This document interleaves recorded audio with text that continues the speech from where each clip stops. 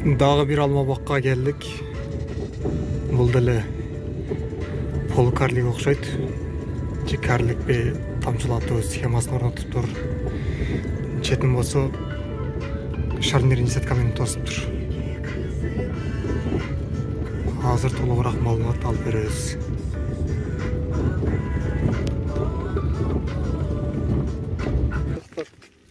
Мына жерде мисалы азыр булар муруттарын үзүп турасың, нөмө алыш үчүнчө көчөт алыш үчүн нөмөлөрүн үзүп турасың, экөө эки бөлөк. Ошо Клейра Альба деген сорттору дейт. Мен билбейм, мына жакта көчөт өндүрүп атыптыр. Бул мен айткан ыкмайчы.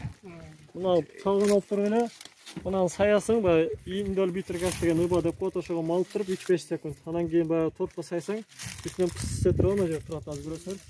Мындай кылып салкын карап турса, болсо күн мына солуп коетчу. Ала транспирация көп болот, да жааш болот. Тамыр алып калса, бул өзүнчө көчөт боло берет. Ушунун өзүнө эле. Өзүнө. Анан болбосо, мына жер болот, пленкасы жок эле болот. Мына жерден муруту жок экен. Азыр мурут болуп жерге тийгенде, мына ушул жерден көчөт болуп кете берет да.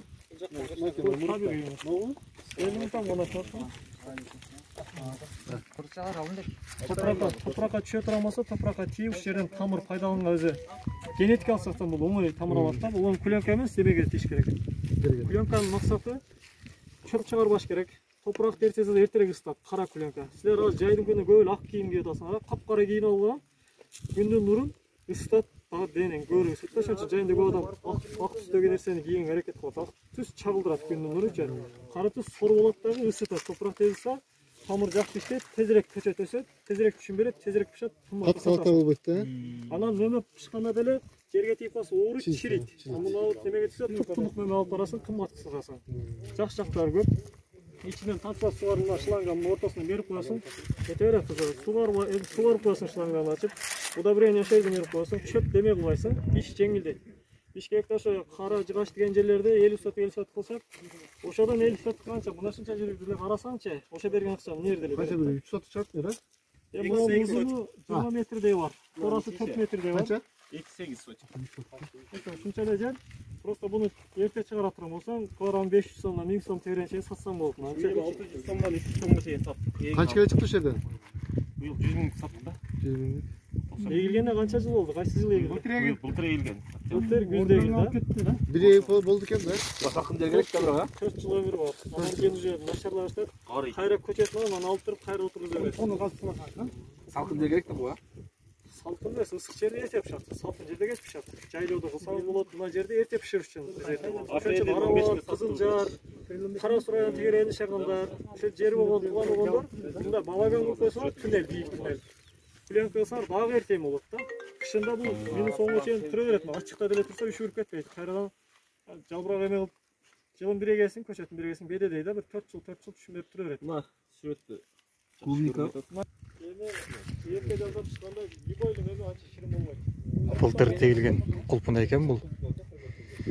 Быйыл 100 000 сомдук саттык дейт. Ушул жерден 3 сотка жетпеген жер экен. Минеке туугандар.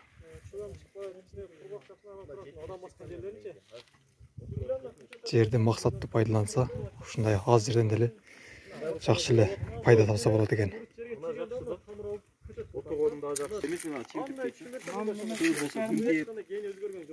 Тейхан болған ұшыл. Мен да наны боядым.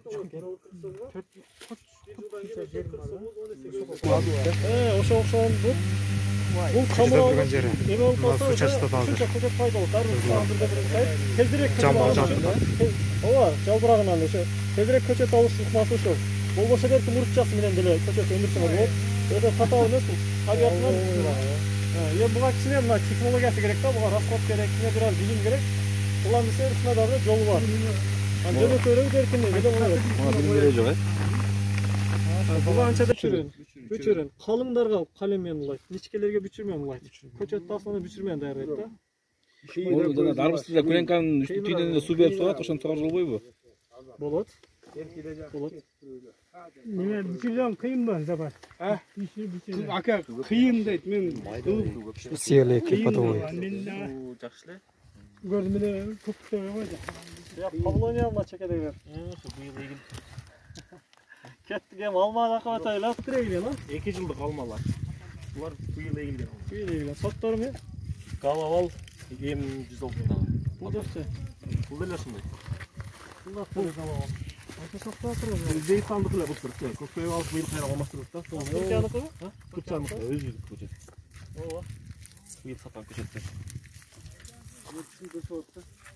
Былтыркы неме?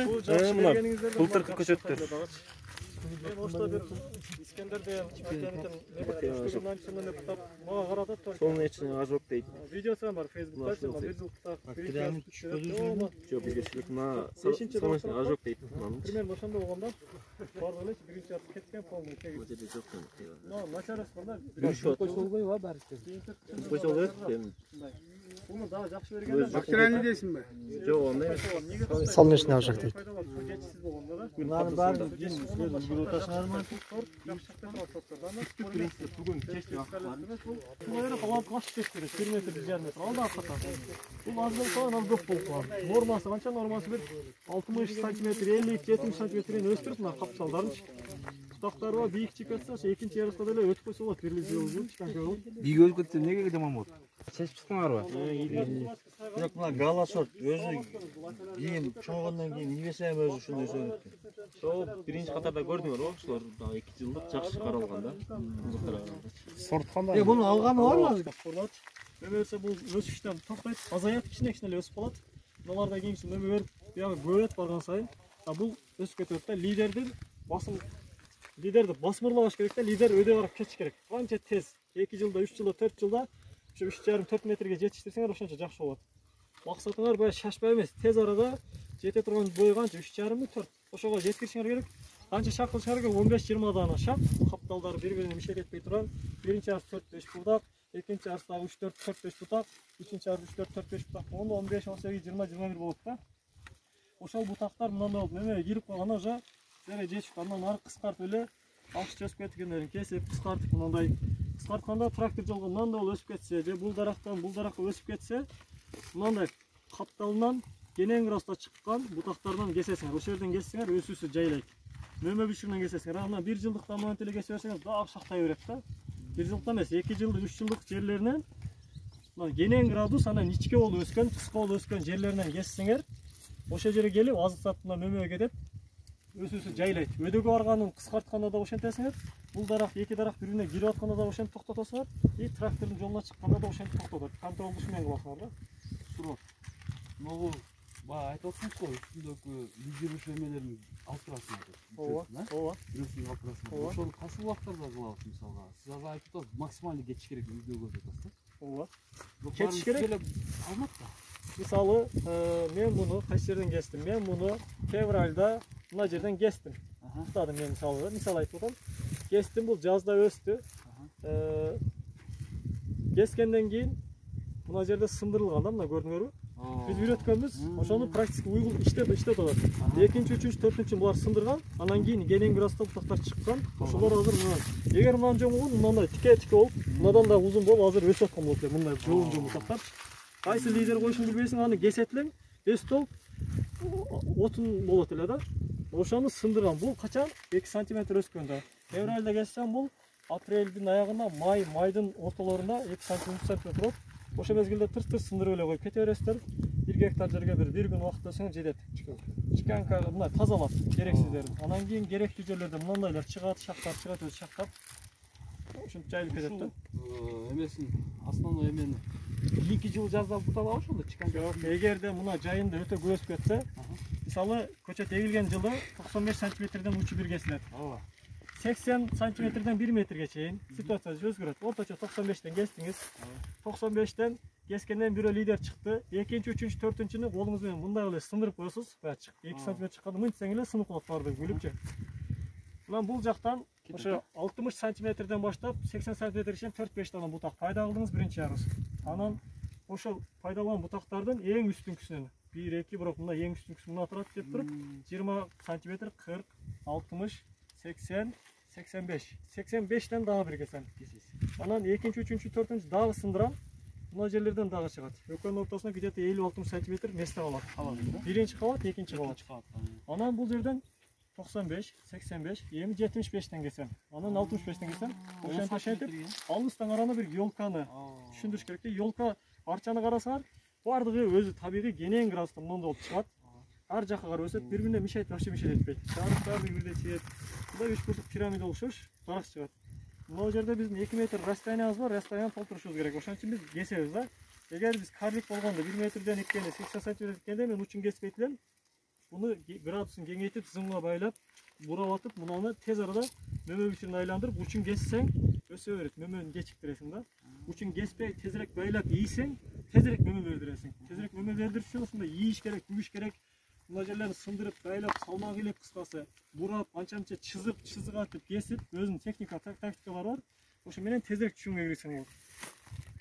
Биринчи биз чоңойтуп алышыбыз керек. 2-3 жыл.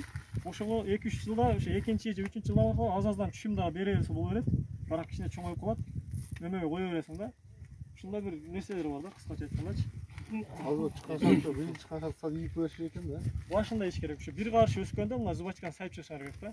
Анан кийин азыр мына зерикпей кылып чыксаңар, буга деле бир 2 күн 3 күн убакыт кетет. Зато кийин 3-1 туткул кесип 1 жыл жоготкондон көрөк, же таш байлап, бирденке кылып, ар нерсе ийилип, ар нерсе кыйналгандан көрөк, жоон бутак деп жаш баланы деле тарбиялашып атат, чоң менен айтсаң сөз укпайт.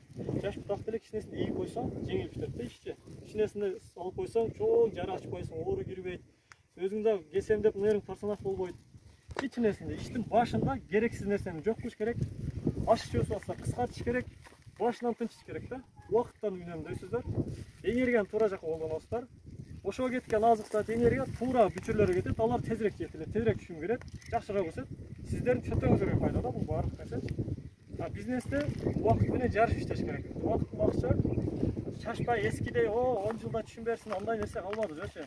Азыр 2-нчи жылда эле уже 2 жыл 2 квадратын түшүм берген, ошо гнип палм деп коет, ошо көчөттөр бар, шагы менен келет, 5 бутагы менен келет.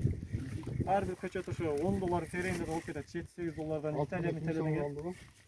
Ошондой да. Сонда эгерген жыл 2 квадрат мөмө эле уже 100 сомдон 200 сом акча да. 1000 сомдон 200 сом жерден чыгат, мисалычы. Ал кийинки жыл 4-5 килограмм болот. Анан кийинки жыл 15 килограмм болот, уже 3-чү жылы. Сиз 3-чү жылы 2 килограмм алып атканда мына биз булгандыктар алар 15 килограммга чейин чыгып калат. Бирок вложениянда ошондой кымбат чыгарды, ошондой кымбат болот да. Мен акчам азыраак, мен арзанытам, арзан алам. Ушундай эле нерсе. Бирок мен дагы жетем, бирок кечирээк. 2 жыл 3 жыл артта кетем аланчы. Ал чөнтөккө эмеге жараша эле болот. Ошон үчүн чөнтөсү жукасына деле, чөнтөгү калыңына деле жол бар бул жердечи. Бардык адамга метод бар, бардык адамга ыңгайлаштырса болот. Өзүңөрдүн эмеңерди карашыңар керек, шартыңарды, климатыңарды, сөзсүз мындай кылыш керек, сөзсүз зым какаш керек деген түшүнүк жок. Акчаңыз болсо зымсыз эле кыла, капельник кылып болсоңор арык менен сугаргыла. Эми мүмкүн болсо жакшы кылыш керек, мүмкүнчүлүк болсо айла жокто кылгандан көрөк, мындайраак кылып алдыга жылган дагы жакшыраак да. Анан буга чейин бир агрономдор айтып атты да, биде. Мисалы биринчи ярыш бүткөндөн кийин кеминде 20 сантиметрден алымыз жерлерде мындай жалыныраактар болуш керек. Сабакты сонун ичине ажоктон сактап турат деп. Азыр сенин айтууңа караганда 60-80 сантиметрге чейин болбосо болот экен да, мындай жалбырак немелер. Жалбырак болот. Мына жерде бүчүрлөр бардыгы мөмөгө айланат, бутактарга айланат. Бул жерде болгону кыска, чоң дарактын адамдын скелети болгондой эле, дарактына скелетин түзүш керек, форма берүүдө. Форма берүүдөгү скелетти ошол 15-тен 22ге чейин мындай каптоо бутактар түзөт да. Биринчи ярышта 5 бутагым болсо, экинчи ярышта 5, үчүнчү ярышта 5 бутагым болсо, 15 бутагым даяр.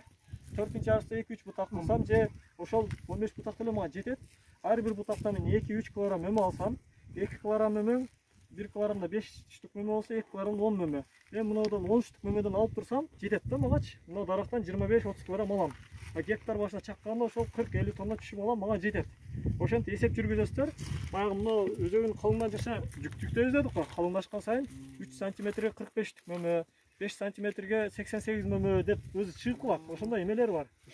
Таблицасы бар экен да. Таблицасы бар. Ошого карап примерно ар бир дарак санап чыга албайсың. Бир 5-10 даракты каласың да. Визуальный. Визуальный. Божомолду кылып туруп, нар жагын урдура бересиң ошого карап элечи. Суйултканда дагы ошо мөмө көп байлап алса, ал жериң аз болсо кол менен суюп чыгасың, же гүл мезгилинде, же жаш мөмө мезгилинде, үшү курса мөмө мезгилинде кыласың. Анан болбосо жер көп болсо химикат трактордун аркасынан мына филизатор булайсың дагы атайын күйгүзө турган дарылар бар. Гүл мезгилинде эле чачып берсең гүлдөрүн жирбелүү күйүлөт. Суюраак кылсаң көбүрөөк, азыраак күйүп, коюраак кылсаң баягы эменин дарыны күчтүүрөөк кылсаң көбүрөөк күйүлөт дагы. Дары каерге тийсе ошо гүлдөр курап кала берет. Ошол жерде мөмө болбойт. Мөмө азыраак болот, нормадагы болот да. Ошо 30% күйгүзүшүм керек, 70-50 күйгүзүшүм керек. Онун илимпоздор менен чогуу иштеш керек болотчу. Ошол эле убакта азыктын баары бутактан өзүнө кетет экен да, жонорот туура. Бул деле жонорот, бирок азык негизинен биринчи урукка кетет. Уруктун мөмөнү азайтыш керек деп атасыз го. ооба. Ошол убакта бул жоноруш керек экен да, эме. Асылма Жок, калган мөмөлөр стандарт болуш керек. Көп майда мөмө болгону керек. Мага азыраак, бирок качествосу жакшы. Кымбатыраак сатыла турган мөмө болуш керек. Мен экспорттошум керек. 20 сомдук мөмө керек, мен 50 сомдук мөмө азыраак алгым келет. Анан экинчи нерсе кийинки жылда мөмө алгым келет. Кээ бир сорттор быйыл берет, кийинки жыл мөмө бербейт. Ошону алдын алыш үчүн дагы суюлтуп туруш керек да. Буга менде да болуп атат. Алаганат конот экен дагы сындырып коет экен. Баягы жерде куртту жейм деп 2-3 алагатына оңун сындырып коет да. Ошондой учурдан болуп калат экен көбүнчө. Эми арганы болуп калат. Мына жерин улаш кыйын, мен мына жерин улайм. Бирок мына жерин, бирок эң туурасы уланганы дайым үстүдө калат. Bu yerde olsa da, bir yerde olsa da en tuğrası köçöttü gaz olattığında bu nereden gaz olsa o şerden çeyine geç gerek, nereden gaz olsa o şere geçene geç gerek. Anı kanıt bilet, gün tigen jağı koyu tüstü olur, kara güröm, gün tigen jağı ak tüstü olur, tamır jağı. Oşa çizgine karap durulu, oşa tuştan toprakın gömösün orada. Köçöt bekkende, tuğra egişinde olur. Öte terin eksen dağı bolboyt, öte neme egip koysan bolboyt. Ulangan söz terin egip koygon экенбиз байкында подвойдун өзүнүн эмелери чыгып кетти. Берсин эле жок кылып коюш керек да. Булар убакыт чечпей атат да. Мына окшогондор мен мисалы алам. Мыналарды жок кылам. Себеби булар кереги жок. Мынаны алып коем. Балким бул туруп турушу мүмкүн. Тик кетип атат. Ичкерин тосуп атат. Оор мына 3-1 тикеси жана. Ошол жерден келеңиз. Кандай? Мына алып эле сатып экен да. Мына бутак турган үчүн мунун кереги жок да. Мен наоборот мына жерден бутак чыгарышым керек, мына жерге кирбеп кылышым керек. Билчи мына ара менен дедиңиз э? Ара менен. А мунаны вообще кереги жок. Муну кичинесинде сындырганда жакшы болот эле. Азыр артка эмес, азыр бул жака сындырсаңар, жара азыраак пайда болот да. Муну кылганда жара дагы көбүрөөк пайда болот эле. Асты жака сындырсаңар. Мындай болсо, мына жерде ушу чиканка кылган. Эмнеге оңой сындырып атса көрсөт. Экинчиси мына лидер жанда 3 бурчту кескендин пайдасы. Покоюга кеткен шак. Тик кетирбей. Могу бар экен да, мунун кереги жок го дейм. Сакталат. Жакшы сактансаңыз 6 айга чейин сактала берет. Gala деген алма группа. Булар эртеп чыккан август айы ичинде бышат да. Августтун башынан айына чейин чыккан алма сорттору. Эртеп чыгып, катуу даамы жакшы сорттордон. Ошолордун жаңы чыккан акыркы версиялары ушу галавал да. Жакшы кызарат булар. Көлөмү да сал чоңураак болот, жөнөкөй гала караганда. Баягы Арслан акам баган алганда көрдүк го, жөнөкөй галамычы. Бул ошонун баласы небереси да, мына каначы. Дагы жаңы муун. Жаңыртылган. iPhone 13 дегендей. Мына жерде ошо бир канча мөмө тийип, бир канчасы түшүп калган. Ошол эки баса калып кетиптир. Мына жерде сабы турат го алманын. Сабы узунараак болсо, анча жерге түшөрбөйт да, шамал камал болгондочу. Ошон үчүн бир шиңгилде ашып кетсе 2 мөмө болуш керек да. 4-5 мөмө болгон туура эмес, ошону суюлуш керек. Бир жерде 4 эле бүчүрдөн 4-5 мөмө да түйүп алат кеде. Ошону 2 же 1ге түшүрүп койсоңуздар жакшы болот да. Бу жерде 1-2, бу жерде 1-2, бу жерде 1-2 кылып, ара жерде 1-2 болсо сапаты жакшы болот чындыгына келгенде. Анан ошонун жанынан мындай бүчүр пайда болот. Кийинки жыл ушул мөмө берет. Bunun mümesini daha uşun tüşüp kete ulan öyle çık. Bunların barda mümeye giret kiyinci yılım mı budaklar. Bu yıl spurga aylantıdır. Emelerçe. Galaval, jakşı şaktay turan sortlardan dedik. Buna gradusları jakşı eğilip jakşı kele atat. Bunlar lider menen bir böyle joğun bolup kalıp turgo. Hem şunday aşıpkaları bolat. Benki de şunday da. Kot düşüp Biroq жалпысынан жаман эмес. Мына градустары жакшы, ошол жагынан Hela eme da, mınanı күчтөндүрүп кетсе болот да. Булар мөмө кирип калса, булар мөмө менен өзү болуп кетет. Мына жоонор күтө кете алат да. Эгер мына да тик болгондо аны жарабайт эле да. Аны 3-5 кылып кесип кайрадан шактандырган туурак болот да. 1-2-3 жыл аркага кетипчи. Азыр бул жаман эмес. Мына ошо чиканка кылганда мына ичине кетип аткандарды мисалы алыш керек да. Мыналардын баары кереги жок, ичине кетип атат. Муну деле алам, бул деле туура эмесирээк кетет. Эгер мындай же сыртына карап өскөндө мен калтырат элем да. Мына деле чиканка кылган, ичине кетип өсүп, ичине мөмө бүчүр пайда болгон, биягы дагы кетип атат.